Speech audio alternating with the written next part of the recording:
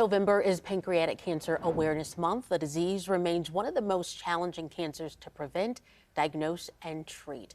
Dr. Lavanya Yohanathan joins us live in studio to break down what you need to know and how you can change the course of things. Thank you so much for being here, Doctor. Thanks for having me. This is a privilege, and thank you for focusing on this disease, which I think is really important for patients to know about and providers. Absolutely. So let's get into the symptoms.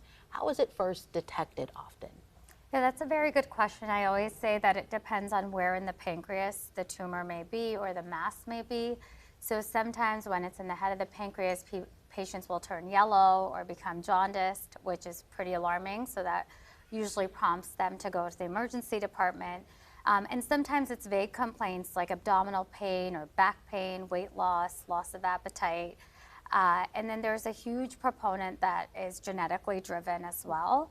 And so some patients know that they do have a family history, so they're more concerned about it when they do develop symptoms. And it's a bit harder to detect early. Is that the case? That is correct. So most of the time, because of how late these symptoms present, when these patients do present, they have metastases or spread outside of the pancreas. But in a certain proponent of patients, we know that there is a genetic cause at about 10%. And so there are a lot of initiatives, especially at our center, where we can do genetic screening for them, which is actually a national mandatory thing to do for anyone diagnosed with pancreatic cancer now. Okay, and so if someone receives the diagnosis, what happens next? Yeah, so then what happens is, depending on where the cancer is, we get imaging studies to find out whether it's localized to the pancreas or it's spread beyond.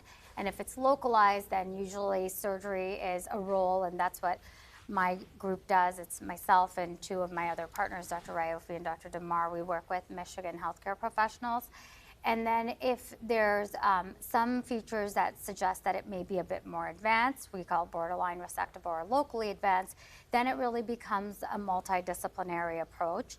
And one of the advantages of our group is that we work with medical oncologists and radiation oncologists within the same practice, which really allows the patient to be put in the middle and have an individualized treatment plan so that they can hear about all their options that are available to them.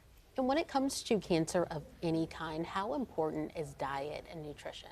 Yeah, that's a good question. I mean, I think there's a lot of emphasis on diet and nutrition, and I think once you get a diagnosis of cancer, it's really important to stay on top of that because, you know, you're losing a lot of weight. And so we do weigh in with our dietitian to make sure that patients are well informed. And then another important presenting symptom in a lot of our patients is they either develop new onset diabetes or their existing diabetes worsen. So it's certainly something to keep a close eye on. Yeah. What are some risks or side effects that patients can expect, especially as they're undergoing treatment?